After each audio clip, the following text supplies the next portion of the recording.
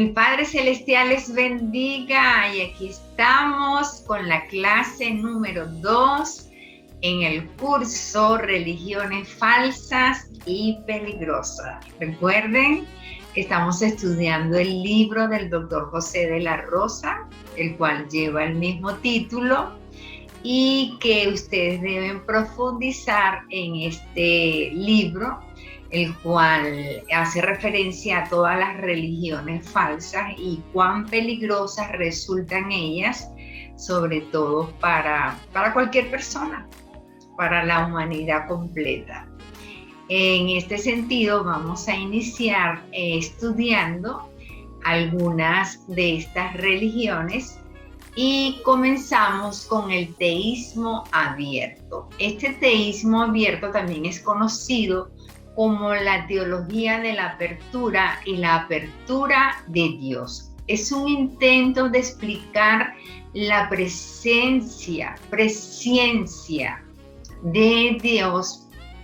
En cuanto a la presciencia de Dios, tiene que ver con el conocimiento de Dios sobre el futuro, y ellos sostienen los argumentos que dan este teísmo abierto, es que los seres humanos son verdaderamente libres. Y ellos también alegan que si Dios conociera absolutamente todo el futuro, entonces los seres humanos no son totalmente libres. El teísmo abierto sostiene, su argumento principal es que el futuro es desconocido por Dios. Hay cosas que la gente inventa. Por ello debemos estar muy pendientes de todo lo que está entrando en este tiempo, y aunque esto siempre ha ocurrido desde la iglesia primitiva. Es importante entender que estas creencias, siempre cada una de estas creencias toma parte de ciertas escrituras. En este caso, ellos toman a Génesis capítulo 6, versículo 6, donde dice: y se arrepintió Jehová de haber hecho al hombre, y le dolió en su corazón. Como nos podemos dar cuenta, cuando ellos dicen que se arrepintió, ya ellos lo interpretan. Si él se arrepintió es porque no conocía el futuro, no sabía qué decisión el hombre iba a tomar.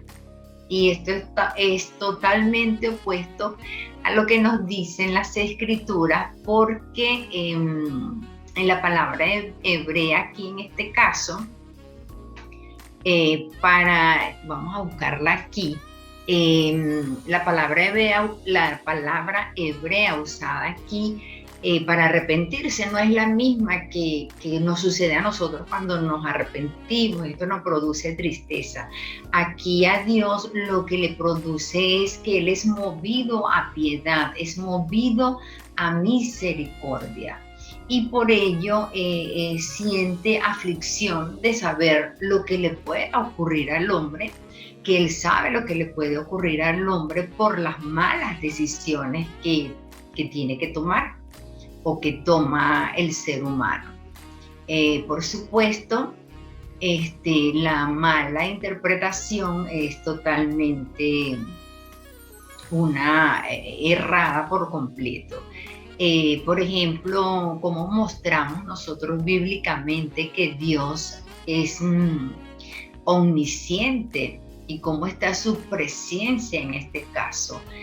Sabemos que, por supuesto, nosotros creemos por fe, pero hay base bíblica. Voy a mencionarle una acá, que es el Salmo 139, 4:16, dice: pues aún no está la palabra en mi lengua, y he aquí, oh Jehová, tú la sabes toda. Y en tu libro estaban escritas todas aquellas cosas que fueron luego formadas, sin faltar una de ellas. Y en Jeremías 1:5 dice: antes que yo te formara en el seno materno, te conocí, y antes que nacieras te consagré, y te puse por profeta a las naciones. Tenemos mucha escritura que sustenta, por supuesto, que Dios, si es el creador del universo, ¿cómo no va a conocer el futuro?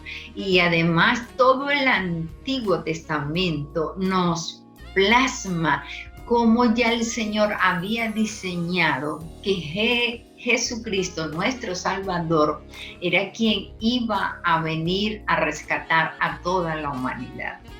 Era el Salvador, el Mesías esperado. Ya el Señor, desde los comienzos, desde el Génesis, ya había establecido que había un Salvador y era su Hijo, pues iba a enviar al mundo para que fuese redimido por nuestro Señor Jesucristo. De esta manera podemos desbaratar y arruinar todo lo que está diciendo este teologismo abierto. De allí que pasamos a lo que es el dualismo. El dualismo tiene que ver exactamente con que ellos tratan de demostrar que hay dos entidades, el mal y el bien, y que estas entidades son iguales, en el sentido de que poseen el mismo poder. La identidad del bien representada en nuestro Señor, en nuestro Padre Celestial, y la identidad del mal representada en Satanás. Lo triste de esto es que, digo triste en el sentido de ironía, es que Satanás fue creado por Dios. Tiene un poder, algún poder tiene el enemigo, Satanás, tiene un poder limitado, pero Dios es el omnipotente. Dios creó a Satanás como ángel de luz. Este se revela y es expulsado inmediatamente. Y por eso de allí que Juan, en primera de Juan, capítulo 4, versículo 4, nos da una buena recomendación. Y él dice: hijitos, vosotros sois de Dios y lo habéis vencido, porque mayor es el que está en vosotros que el que está en el mundo. Aquí tenemos una poderosa referencia bíblica que nos dice: mira, no teman, ustedes me pertenecen, son mis hijos, y mayor es el que está con ustedes. ¿Y quién es el que está con nosotros? Nuestro Señor Jesucristo, nuestro Padre Celestial, el Espíritu Santo de Dios, habitando en nuestras vidas. Por supuesto, aquí también se derriban estos argumentos del dualismo. Ya vimos lo que es el teísmo abierto y este es el dualismo. Es estas entidades, pues, donde está el bien y el mal. Ustedes deben recordar, hay un símbolo que usa el yin yang, es un círculo que tiene una parte negra y una parte blanca, y un ojo negro y un ojo blanco. Y ellos lo que tratan de decir es que hay fuerzas opuestas, pues. En toda persona hay el bien y hay el mal. Esto salió, por supuesto, de la China. El dualismo, ellos asumieron pues esta filosofía. Es importante siempre tener presente la palabra de Dios para dar respuesta con mansedumbre y con todo respeto a aquellas personas que no entienden, pues, que su conocimiento o su mente todavía no ha recibido la luz de Cristo. Recordamos que la palabra dice que sus mentes están entenebrecidas, están en tinieblas, y porque el Dios de este mundo les ha cegado el entendimiento. Y para eso estamos nosotros, para llevarle la luz del Evangelio, la buena noticia del Señor.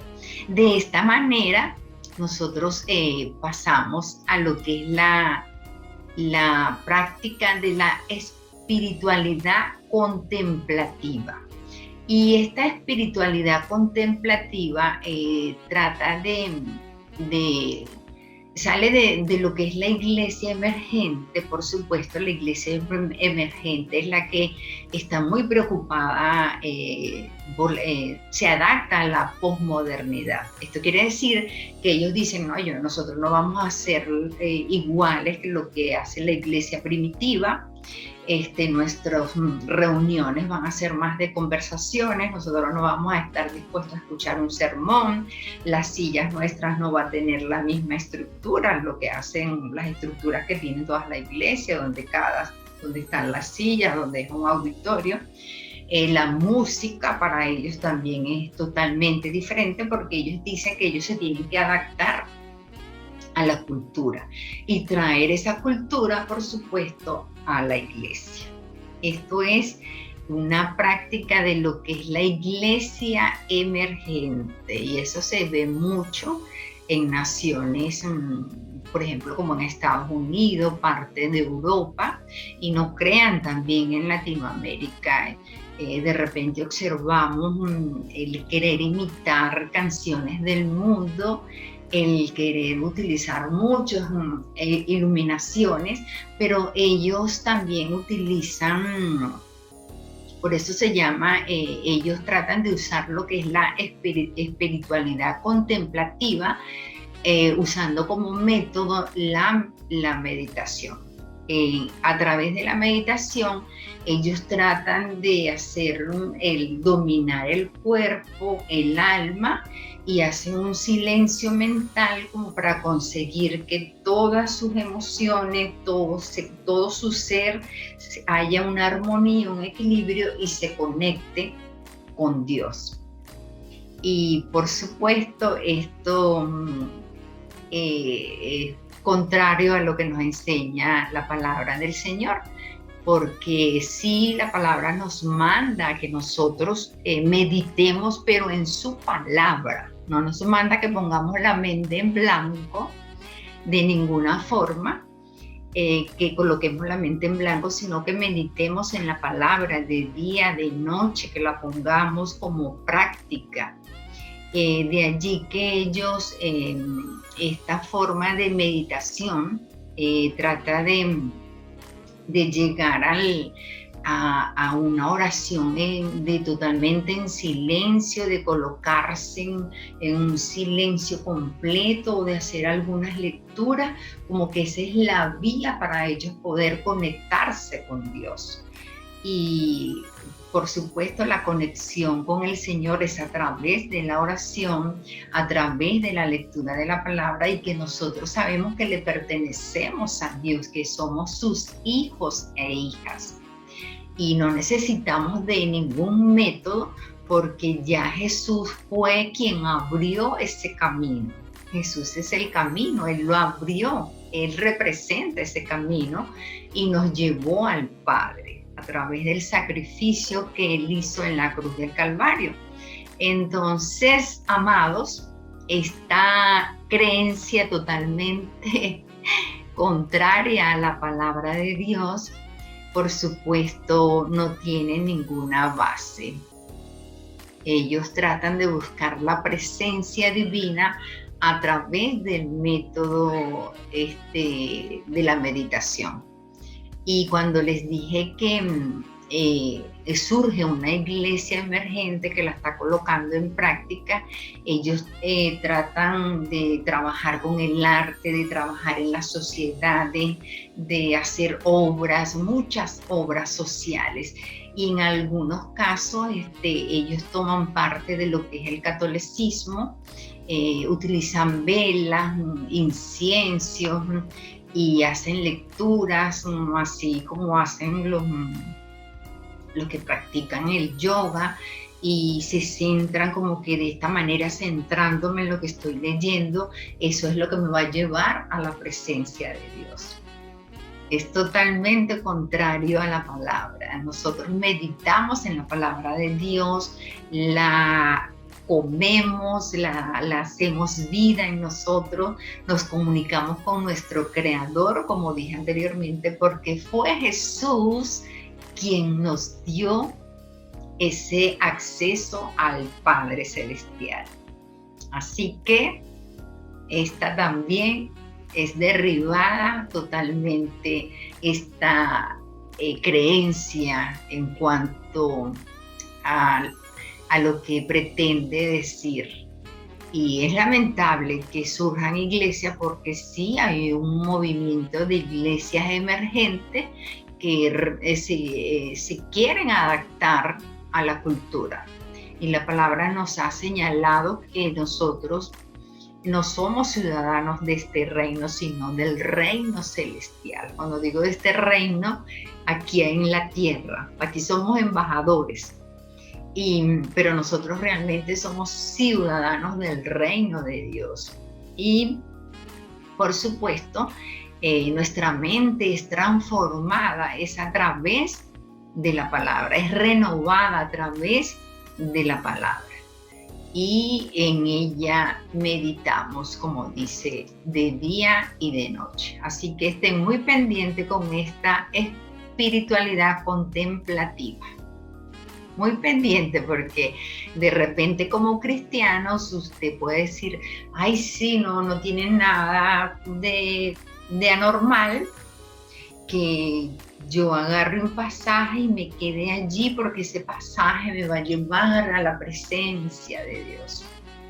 Entonces lo que tenemos es la oración, el ayuno, y por supuesto reconociendo que nuestro Señor Jesús es quien nos condujo a la presencia de Dios y quien nos sacó de las tinieblas a través de su luz admirable. Así que continuamos acá y ahora vamos a estar estudiando lo que es exactamente. Vamos a ver acá. Por cierto, les quiero, ahí está en Josué 1:8, nos exhorta que nosotros meditemos, cuando Él nos dice, nunca se apartará de tu boca este libro de la ley, sino que de día y de noche, dice, meditarás en él, para que guardes y hagas conforme a todo lo que en él está escrito, porque entonces harás prosperar tu camino y todo te saldrá bien. Allí está la verdadera meditación. De esta manera, con esta cita que me parece muy importante, nosotros tenemos claro qué es meditar. Ahora bien, vamos a estudiar lo que es el Evangelio de la Prosperidad. ¿Qué nos dice el Evangelio de la Prosperidad? Muy avanzado actualmente, muy tergiversado también, y que el Señor dejó claro en su palabra cómo se estaban formando este tipo de creencias falsas. Esto también es llamado palabra de fe. Se le dice al creyente que mientras que él proclame, no tanto la palabra proclamar, sino que él confiesa, declara, decreta, y todo lo que tú decretes y declares es tuyo. Y nosotros tenemos que tener en cuenta que la palabra del Señor dice, buscar primeramente el reino de Dios y su justicia, y todo lo demás vendrá por añadidura. Es importante en este tiempo que sea el Espíritu Santo quien nos guía como creyente para que nosotros hagamos la voluntad de Dios. Nosotros no nos vamos a manejar por lo que, como dicen, hay una frase que dicen por allí, no, hay muchos que le quieren torcer el brazo a Dios. Y la voluntad de Dios es buena, agradable y perfecta. Y fíjense que Pablo advirtió sobre estas cosas cuando él le dice a Timoteo que hay personas corruptas de entendimiento y que están privados de la verdad y que toman la piedad como fuente de ganancia. Y por los que quieren enriquecerse caen en tentación y en lazo, y esto les produce por supuesto, hay una corrupción moral que se produce en todo creyente cuando coloca el amor hacia el dinero. La palabra dice que la raíz de todos los males es el amor hacia el dinero. No nos está diciendo que el dinero es malo, no, porque es que Dios es el dueño del oro y la plata. El problema está en que el hombre codicie y su primer amor, el amor, esté centrado es allí. Entonces estamos reemplazando a Dios por el dinero. Y esto es idolatría. Idolatría. Y Dios es un Dios celoso. Aparte de ello, la persona que es avariciosa, que codicia, llega a cometer otro tipo de faltas. Esto trae consecuencias aún mayores en la vida de aquellos que colocan el dinero como en primer lugar. Y el apóstol Pablo lo señalaba diciendo que se extraviaron de la fe. Imagínense, tanto es la codicia y que el dinero es su fuente, en vez de que Dios, el Padre, nuestro Padre, sea la fuente, porque Él es nuestra fuente. Para este evangelio de la prosperidad, la fuente de ello es el dinero. Y esto, por supuesto, los hace apartar de la fe. Hay que estar muy atentos. Dios, si nos quiere prosperar, usted dirá, pero bueno, no, nosotros podemos tener dinero, podemos poseer riqueza. Claro que sí podemos poseer riqueza. El Señor nos puede entregar empresas, negocios, y lo que tenemos es que pedir sabiduría, tener inteligencia y ejercer una mayordomía, pero entendiendo que todo proviene de Dios y que mi corazón no es que está allí colocando a una empresa o a el dinero, porque por supuesto se maneja con dinero, con un capital, que ese sea la base y que yo quiero más y esto nos lleva a consecuencias peores. Esto trae corrupción moral, trae inmoralidad sexual, es bastante complejo la doctrina de la prosperidad. Les aclaro, por supuesto, que sí, el Señor, su palabra dice que tiene pensamientos de bien y no de mal. Entonces, si tiene pensamientos de bien y no de mal, porque dice que no, Él nos prepara para un futuro bueno y que nos puede dar, y es realmente la iglesia debe tener. ¿Por qué? Porque la iglesia es la que está como cuerpo de Cristo, es la que debe suplir las necesidades de todos aquellos que necesitan, y de esta manera mostramos el amor de Dios. Pero tengamos en cuenta dónde está puesto nuestro corazón. ¿Quién ocupa ese lugar? Así que, amados y amadas, revisemos nuestro corazón, porque hay mucha gente que buscan a Dios no por lo que Dios es, sino por lo que Dios les puede dar. Y por supuesto, la Biblia nos advierte que como creyentes y líderes de la iglesia, Jesús, pues está escrito allí, que dice de la siguiente manera, es mejor que lo lea, está en Hebreos capítulo 13, versículo 5. Mirad, guardaos de toda avaricia, porque la vida del hombre no consiste en la abundancia de los bienes que posee. Muy atentos con esto. También dice, no os hagáis tesoros en la tierra, donde la polilla y el orín corrompen, y donde ladrones minan y hurtan. ¿Se dan cuenta? Es el sentido de esto, y tengo que enfatizarlo, no es que nosotros no seamos prósperos, debemos ser prósperos en todo. es dónde está colocado nuestro corazón. Entonces, de allí que si mi vida, mi corazón está dirigido hacia el amor al dinero, realmente voy a llevar una vida totalmente desastrosa. Como lo dice la palabra, guardaos de toda avaricia. Esto trae varios tipos de consecuencias. Varios tipos de consecuencias. Así que, amados, de esta manera hemos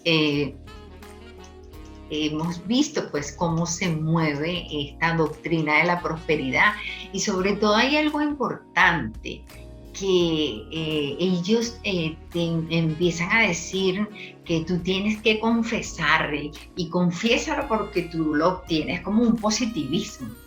Vamos, dilo que eso es tuyo, y todos los días tú lo dices y eso es tuyo. Y bíblicamente no es así. Nosotros buscamos dirección de Dios y Dios nos va a dar las instrucciones. Dios escribió un libro sobre cada uno de nosotros. Y sí, Él nos ha bendecido, nos bendice, pero tenemos que estar conectados con Él para hacer que su perfecta voluntad y no la nuestra.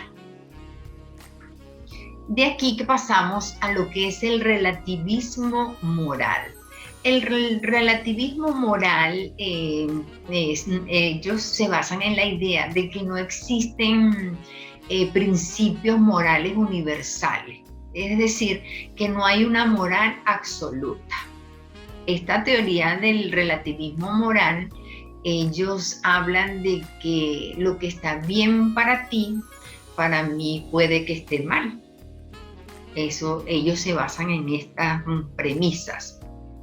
En una sociedad, en una cultura,